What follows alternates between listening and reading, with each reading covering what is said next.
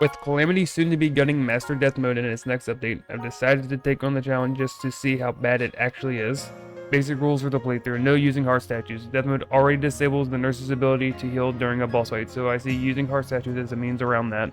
I will end up doing tier skipping. I tried not to, but a certain boss eventually makes me realize how bad an idea that will be. I will also be keeping the mods in this playthrough to a minimum. What's about to happen may seem a bit excessive, but I like to get early game chores out of the way. Early game summoner gear is quite limiting. For armor we have Wolfram if we go the modded route. Vanilla wise we have gold armor, along with a flanks fur coat. Vanilla route seems better to me, due to it having higher defense.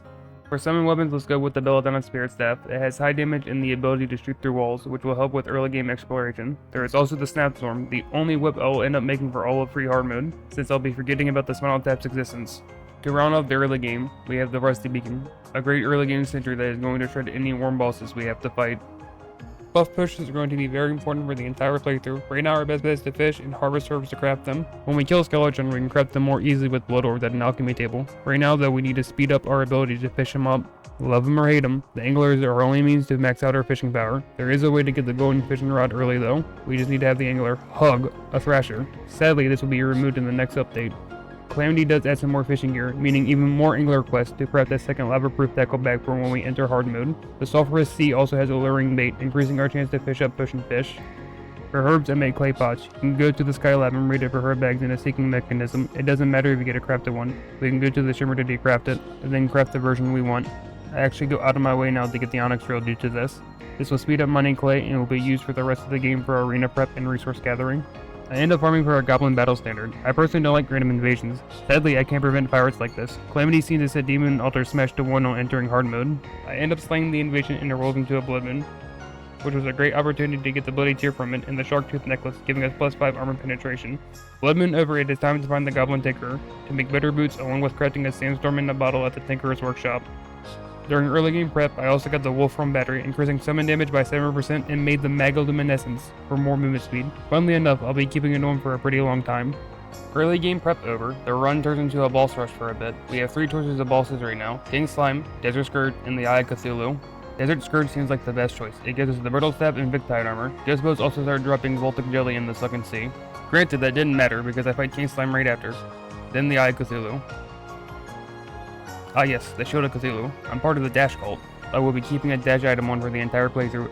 I do end up having to kill the eye 2 more times though for the Death Rod. 3 bosses slain, I finally remember Shimmer upgrades exist and go grab them, along with our armor upgrade and accessory from the Sunken Sea. Trebion's another simple fight, just move around and dodge as needed. The Brain of Cthulhu I expected to take a bit. The increase in loot really messed with me in other playthroughs, till I really just listen to the sound it makes. You can tell when the projectiles are about to appear when he screams on his dash attack.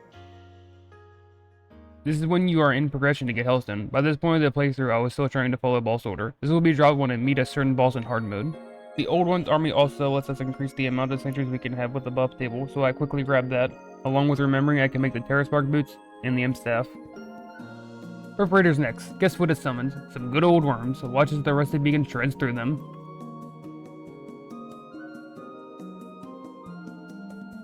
That fight done and over with.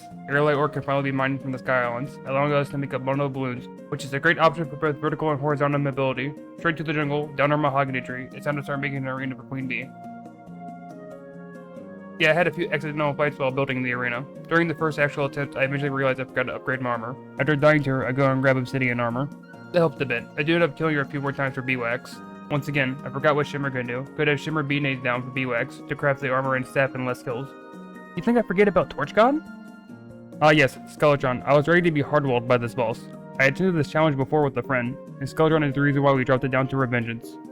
It's also why I overprepped at the start of this playthrough with getting fishing gear. I know to grab wings and amphibian boots from the last playthrough. Wings for vertical mobility, and amphibian boots to increase our vertical acceleration as well. So to beat him on the first try was, well, a very big surprise. With a quick trip into the dungeon, I grab the mechanic and go make 2 farm areas. One in the cavern lair for later, and one above my ocean for easy access to blood orbs. I hope this doesn't come back to haunt me. Can't forget about the other world evil bosses. Hivemon gets down to 21 HP, then I die to it.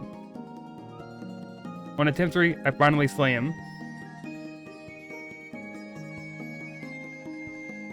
I hope this doesn't become a common occurrence. Attempting Eater of Worlds, I remember I can get the Hurling Staff. On coming back to him, I forget to put my shield back on. In the moment, I decided to put this on the back burner, and we'll come back to him if I feel like I need the Worm Scarf for defense. 3 bosses remain before we can enter hard mode: Deerclops, Slime God, and Wall of Flesh. Deerclops is an easy fight, just stay mobile and back off if you need to heal. Slime God decided to turn into Ultra Instincts Goku and made me realize I was in multiplayer again. After relocking back into single player, he is quickly dispatched. All that is left is Wall of Flesh. To say I go a bit overboard with arena prep is, yeah. I forgot to upgrade my armor, but that is about to not matter. I remembered to upgrade some of my accessories. We finally get to combine the Voltic Jelly with the Wolfram Battery, thanks to Slime God. I also remember about the upgraded dash we could have gotten after killing Skeletron. I actually managed to get Wall of Flesh low on the first few attempts, then decided to try another summon weapon. The Staff of Necrosteocytes is a weapon I usually never use. I decided to at least try it and see if it is as good as I heard. Yeah, that did more than I thought it would, with a quick edit to the arena and getting low on HP. Wall of Flesh dies, putting us into hard mode. During early hard mode chores, an ice clasper showed up, and was kind enough to drop its ancient ice chunk. The wizard also decided to say hi while I was farming for spider things. With him being in the hollow at the time, I grabbed the Rod of Discord off him, which allows us to teleport to our cursor when we use it. Gear-wise, we have a lot to get at the start of hard mode. We need to grab the Shadow Flame for an increase in minions, which is dropped from the Goblin Army, Spider Armor, and a Whip for a general stat boost as a summoner. I nabbed the Singlet stat from killing the Dread Nautilus. Life Root is also now available due to Calamity changes, allowing us to get up to 500 HP already. We can then Shimmer Aegis Root from it for a small defense increase. I upgraded our wings to Angel Wings, which in Calamity comes with a life regen effect. I also killed the Clam to make the last accessory upgrade for fishing. Queen Slime wasn't too bad of a fight. Focus on being in the air to dodge projectiles in phase 2. Besides that, the fight isn't too bad. Cryogen is another simple but long fight. Simple dodging and he goes down. All 3 mech bosses done. It's time to take on one of the mech bosses. I see no point with the Destroyer if you get no upgrades. The Twins only gives us the Optic Staff, while Skeletron Prime lets you craft the Scanner. The issue with this, Skeletron Prime is probably by far the hardest of the 3 mech bosses. When Skeletron Prime reaches 75%, he'll summon the Destroyer for backup, and at 50%, he'll summon the Twins. They will retreat if you get them down to 75% HP. I don't ever get the Destroyer down to 75% HP, and I don't have luck trying to focus down Prime either. I even made the Luna guide to see if its debuff from range would help, along with the Radiant Ooze, which increases life regen by 2 at base and up to 6 with more missing HP. Around the 30th attempt mark, I finally come to the conclusion, it's time to progression skip. Out of the future bosses available to us, Plantera seems to be the best option. Killing her will unlock the moon events, allowing for upgraded armor, summon weapons, and accessories. The jungle has a pre-made arena for Plantera. Too bad I'm about to just throw it in the trash and make a square box. On attempt 3 of Plantera, I remember there's another boss we can also kill. Aquatic Scourge is a worm boss, and ice clusters make quick work of them, as long as you are close for their dash attack. Sadly on the first kill, I didn't use them yet, and used Glacial Embrace instead. You just have to make sure to watch out for the gas clouds it leaves out, along with spikes it shoots at you. Unfortunately, it takes 4 treasure bags till the game gives me the Deep Sea Staff. This does not trivialize Plantera. The increase in DPS is nice, but that is about it. Planteras work pretty heavily in Calamity. He gets a lot of area denial like Aquatic Scourge. At the start of the fight, just keep your distance. Dodge the spore she shoots at you. Eventually, she'll shoot a petal that has loose homing. The homing is there to cause petals it leaves behind to be in areas that would be beneficial to dodge to. Below 85% HP, she starts shooting out thorn balls that will eventually explode into a circle of projectiles. Just more projectiles to worry about dodging. At 75% HP, she starts to shoot out spore clouds in a circle around her. At 50% HP, she'll summon back up in the form of small plants of herself. They eventually break off from her and chase you down, so they need to be quickly dispatched. She'll also start dashing at you, and leaving a circle of spores. Just keep your distance so you have plenty of time to dodge. As her HP drops, she'll become more aggressive, but the general patterns won't change. With her dead, I want her craftable summon weapon.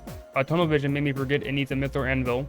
She sure is at least a simple mech boss to make the ore spawn in the world. At least I get to craft the plantation staff now. We actually have another event I forgot about. We can do the S's Rain event that gets a nuclear fuel rod, increase our max minions by 1, and gives them the ability to apply the irradiated debuff. The Witch Doctor is also selling Tiki armor from Plantera being slain. A brief AFK session at the farm to get Ectoplasm, along with a Tabby and Black Belt, finally allowing us to make the Master Ninja gear. With the Tiger climbing gear we got in free hard mode.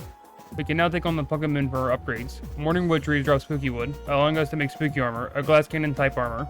Thankfully on top of the minion slot and damage increase, it gives movement speed to help with that. Spooky Wings also increase our damage for Summoner even further. Morning Woods also drop the Necromantic Scroll. This allows us to finally make a combination accessory for Summoner, the Status Blessing, which allows for 2 minions in 1 accessory slot. Pumpkin King has 2 upgrades for us. Dark Harvest, which is a faster hitting whip but does less damage in the Morningstar we got from the dungeon. And the Raven Staff, a fast tracking, hard hitting summon. With all that done, it's time to finally go back and take on the mech bosses. Twins go down no problem. I still died to Skeletron Prime a few times. At least now with our DPS increase, we can easily make the Destroyer and Twins retreat, allowing the fight to be much more manageable with what is going on screen. With all the mech bosses dead, I do some side boss cleanup and kill Brimstone Elemental and Calamitous Clone. Then I farm Defender Medals so that I can buy a tier 3 sentry later. Finally remembered I can upgrade my Terror Sparks to Angel Treads, and I finally replaced my Magoluminescence with a Living Dew, which increases match HP by 50 and has HP regen. I also make our first Calamity HP upgrade, the Blood Orange. I try to take on Leviathan and Anahita. Yep, that farm being built earlier kind of gets in the way. I also really don't need anything off them right now, so I'll be coming back to them later. I do kill Asher Moraeus. Unfortunately, I only get the high pod sentry, since I don't have room for the Starbuster core. Golem is a monster in death mode. Even the bigger arena, compared to vanilla, he still won't be easy with the changes death mode makes. I could have probably won against the Empress of Light eventually. However, I go and farm the Idolist in the depths for the summon to fight Cultist, a fight I will soon try to brute force my way through. The Cultist was a fight I didn't expect to be this hard. While I am undergeared, I was going in assuming no more than 20 plus tries. Yeah, looks promising. 2.4% HP left, I can probably do it. Yeah, to say I died just a bit would be putting it lightly. Between those deaths, I did go try Empress, Golem, and Ashram Deus. I did manage to get Ashram Deus low, but decided I wanted the Cultist dead with my current gear set. I eventually understood how to dodge the purple skulls. The issue was the Ice Bolt. It would catch up and slow me down. Out of ideas, I decided to look into what others did. Turns out, I was missing something major the game offers: mounts. With the Hex branch from the Pumpkin Moon, you can run horizontally to dodge the skulls in Phase 2. Yeah, it wasn't the magic bullet that solved the fight, but it helped a lot. I also made the Holodron during these attempts, giving us 3 buffs from it on minion hits: defense, damage boost, and HP regen. The fight actually turned into staying on the mount most of the time, and running left or right. You just have to watch out for the lightning. It forces you to dodge up and around. Later, some attacks come out too fast, and you have to go up and around as well. The only issue is when the cultist goes to summon the dragon. If you interrupt the ritual, you get an Ancient Vision instead. This is being removed in the next update, thankfully. Right now, I'll let it summon the dragon. I can kill it way faster than the Ancient Vision. Knowing all that, I slowly chip away at the cultist. And finally kill him. Really? Again? I'll take it. Over 100 attempts, dying right after is at least somewhat cathartic. During those attempts, I was made aware what the Asgard Valor did. Yeah, a dash that lets you ram through enemies. A really tunnel vision for the massive ninja gear I seen back in the day. To be saved with upgrades later, I farmed the Stardust enemies for Stardust fragments. After getting around 200, I killed the pillar, and then proceed to kill the rest of the pillars. And then probably die to Moonlord. The Lunar Invasion over, I make the Stardust Dragon Staff, Stasis Curse, and Eye of Magnus. I actually end up not liking the Stardust Dragon. I tried on Leviathan, and it seemed to do less damage to me. The big thing I got out of this was actually the Eye of Magnus. The ability to life leech with how I play is a useful upgrade. Stasis Curse finally lets us combine the first Shadow Flame with the Status Blessing, giving us +3 minions and also the Shadow Flame debuff. Even with these upgrades, I still feel like I need better gear before taking on Golem. I go and take on Ashram Deus. Even with the Ram Dash, I still end up dying a few times, but I managed to kill them and get access to Astral Ore, namely from Astral Slimes, who drop it now that Ashram Deus has been killed. I make the Astral Pickaxe and go mine Scornio Ore, allowing me to craft better gear. The Star Tainted Generator allows for +2 minions and 1 accessory again. Miracle Fruit, the second HP upgrade in Calamity, increasing our base health to 550 now, and the Ambrosia Ampule, a combination of Living Dew and Radiant Ooze. I also switched to Hypothermic Armor. In terms of offense, the armor is worse as a summoner, but I'd rather get some bulk back, allowing me to take an extra hit. Seeming geared up, I go take on Empress of Light. The upgraded gear did not make the fight free by far. My cat decided to make itself known and made me tab out to let it out of the room. But after a few attempts, I end up slaying her. Sadly, I didn't get anything for Summoner on the first kill besides a face full of rainbows. Thankfully, the game pities me, and on the next kill gives me both the Kaleidoscope and Terror Prism. Even the best gear pre-Moonlord, I widened the arena for Golem. I probably could have just moved the altar, but I forgot about that in the moment. To no one's shock, I killed him on the first try with such a wide open arena. Time for some boss cleanup before taking on Moonlord. There's not much to say here. We have gear way past when we were meant to fight them. So Anahita, Duke, Betsy, Plaguebringer, and Ravager all go down with no issues. Plaguebringer at least gave us the ability to craft a new sentry, the Pulse Turret remote. While farming Empress or Light for our wings, the game decided to give me the thank you poster, the 1% drop rate, while the wings are a 33% drop rate. At least the game gave me the wings right after. I was actually about to call it quits for the day, but it said, sure, I'll give Moonlord a few more attempts. And on my third attempt on the fight, he went down. All I did was try to make sure all his true eyes came out at the same time. I really thought this fight was going to be much harder. Moonlord dead, we get access to the Normality Relocator, which accesses the routed Discord portal on a keybind now. Thankfully, Calamity allows us just to mine Luminite, and I craft Stardust Armor, increasing our minion and sentry slots. The Elemental acts as a straight upgrade over the Terra Prism, and works pretty much the same as it. This is also when you can finally combine wings and boots together by making Celestial Tracers, bringing up an accessory slot for myself, which I promptly fill in by killing Anaida for the community, which acts like a general stat boost. Back to overkill Plantera, so that I can summon the Profane Guardians. These I forgot when they enrage. Thankfully the fight doesn't take too many attempts, it helps me get re-familiarized with the attacks for Providence in a bit. Dragonfall was much easier going down in 3 attempts. Just keep distance and watch for the Death Beam columns it summons. Providence is a fight I remember quite a bit. It's also one of those fights where when I take damage, it feels like my fault with how telegraphed everything is. She starts off by shooting some bolts of fire at you. They don't move fast enough, so they're easy to dodge. Keep distance to give yourself time to dodge when she does her Radiant Light attack. There's only one issue I have with this fight. When fighting her in the hollow, it doesn't seem to show when you are too far out and will start burning unlike the underworld. The other attack she can do is Holy Spears, which summons spears in a circle around her and one that is always locked onto you no matter where you move. You'll also do a Radiant Beam attack since I chose to fight her in the hollow, which is a split beam that converges on a center point, so either get to the center in time or just teleport out of the beam's area by using the Normality Relocator. At 35% HP she'll summon back up. Hello again, Profane Guardians. I just keep my distance and let my summons kill the ones it chooses to kill. Once they are dead, the fight is back to a 1-on-1 with no more surprises. Around at 1040 she goes down. I'll need to refight her in the underworld later for the upgraded Ram Dash, but I'll do that later. I make Tarragon armor, another armor set focusing on survival. She also dropped her summon weapon, a fast-hitting set of blades that targets the enemy pretty quickly. Having access to 4 bosses right now, I go and test something from back in the day. I made a Hoik elevator to the surface. I summon Envoy of the Devourer and then ride the Hoik up. To my surprise, it still works. No unraid when leaving the underworld or even the cavern lair is pretty strange to me. As I open the arena is now, there's no difficulties in winning the fight. Next up is Stormweaver. The fight is another worm boss, or circling around and works at the start.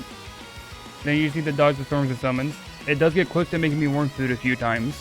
With the last 2 bosses dead, I got some new summon weapons. Constellation Tenryu, a pair of Celestial Dragons, and the Kazi Lamp, the Envoy of the Devourer dropped.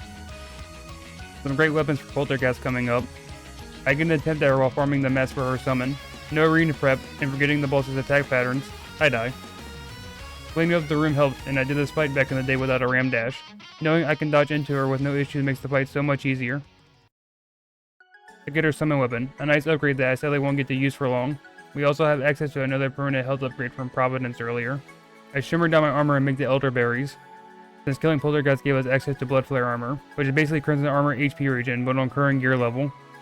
I go see what Acid Rain Tier 3 has in store. Oh god, my PC! Yeah, coming during a Blood Moon, Dark Potion, and a Battle Potion use probably wasn't a good idea. I end up finishing Acid Rain, not realizing it leads into Duke, so the Duke Summoner kills me. I do the event again, and realize it won't check off unless the old Duke dies. I'll come back to this later then. I take this time to fight Providence in Hell for the upgraded Ram Dash. I go back to the dungeon and kill the last boss of the trio, Ceaseless Void. His combat patterns are pretty easy. Dodge Void Balls of Doom. I still end up dying to him, and his Final Stand almost gets me. I forgot that you just need to dodge till he dies. With him down, I come up to the greatest wall my playthrough will face. Devourer of Gods. To say I struggle with this fight is an understatement. Looking back on it, the fight is actually fairly simple.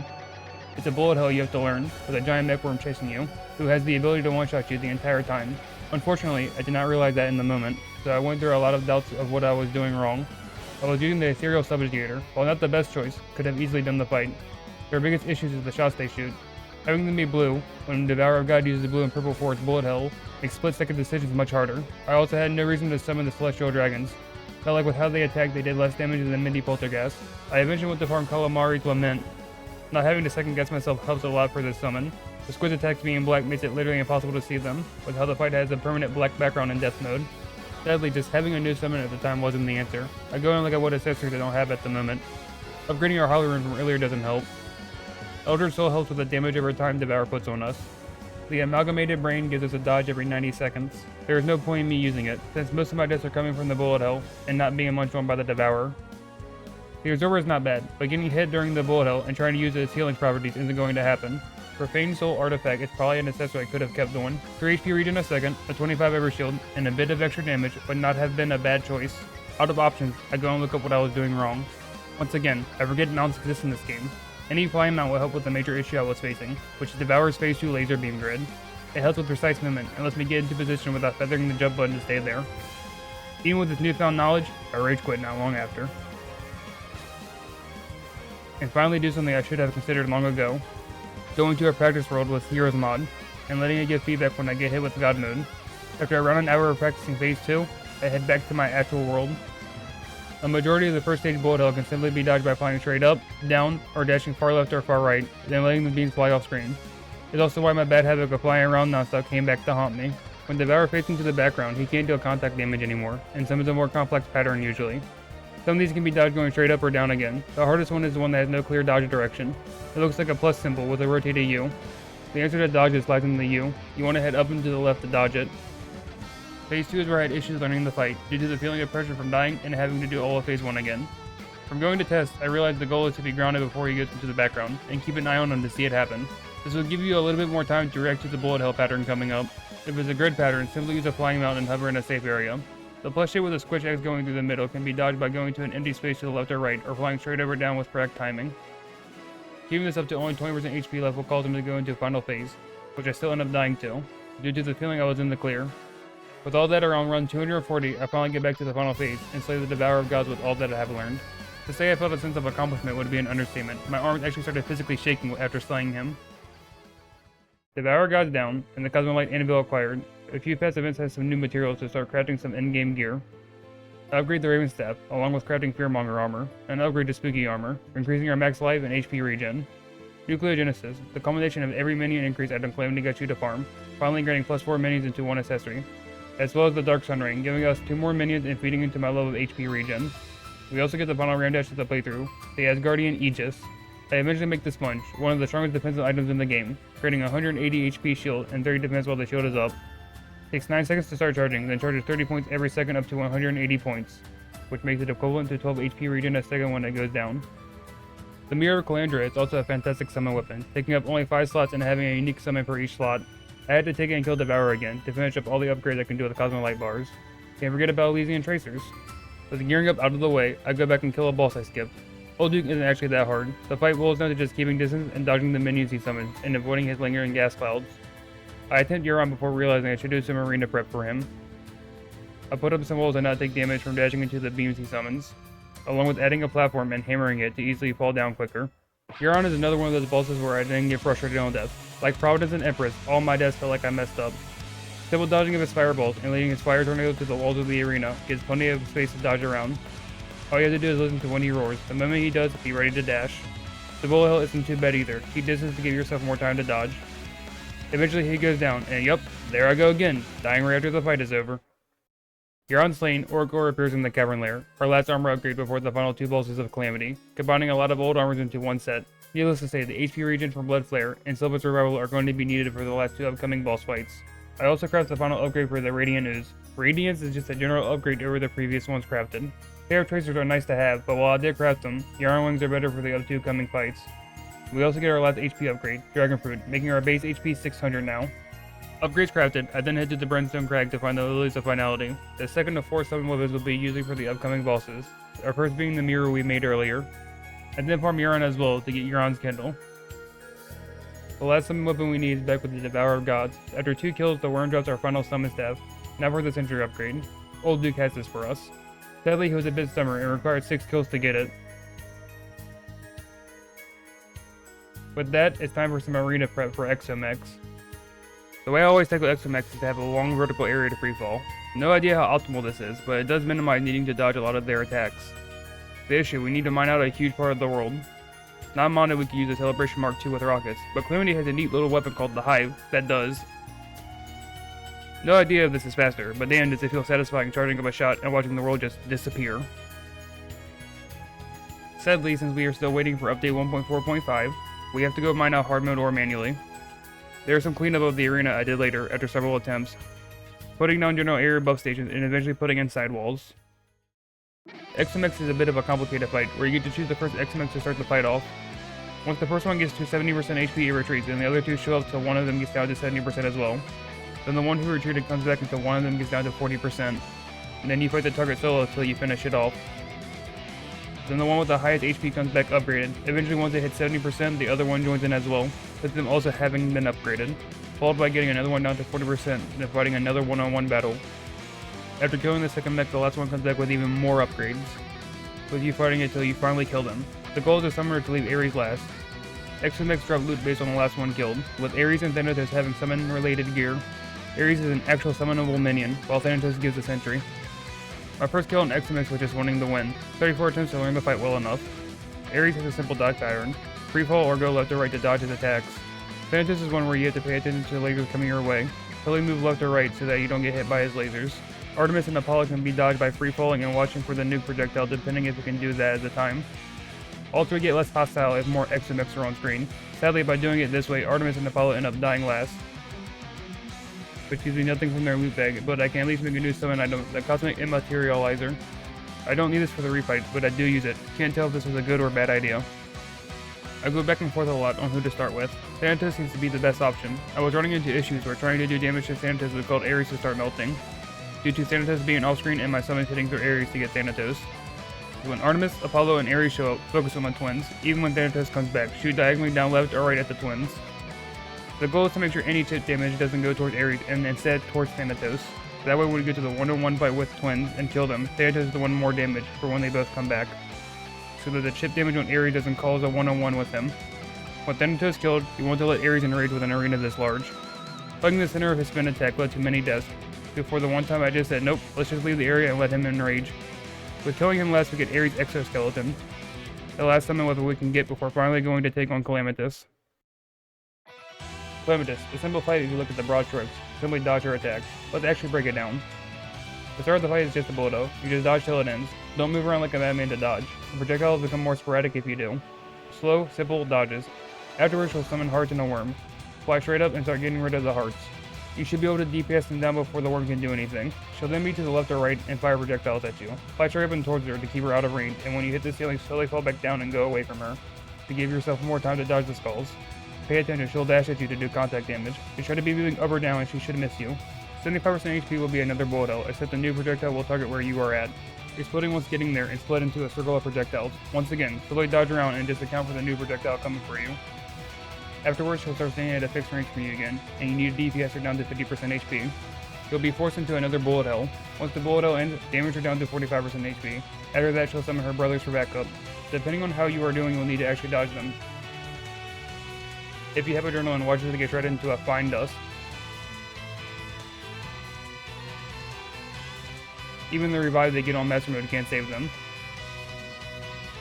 Down at 30% HP, another bullet hell will start, and she'll summon a void of blood to chase after you. You now must loop around the entire outer square to keep distance from it while dodging what you had before. 20% HP, minions will join in shield her. There's simple projectiles to dodge, so just move around and DPS them down. 10% HP will get her down to the last bullet hell. There are now skulls vibrating up and down going horizontally across the screen. Keep calm and slowly dodge around again. Fast movements will just make this harder. At 8% she'll summon the hearts and worm from the beginning of the fight. Just be ready and DPS them down. Once the worm is gone, it is finally dropping her down to 1% HP to end the fight, and thus brings the playthrough to a close.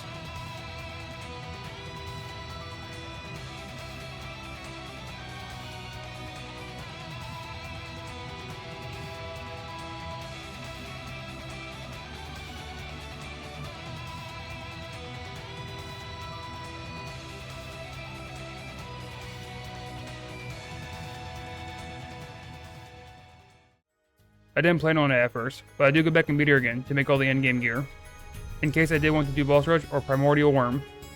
This is also when Calamity gives you the ability to shimmer the Rod of Discord into the Rod of Harmony.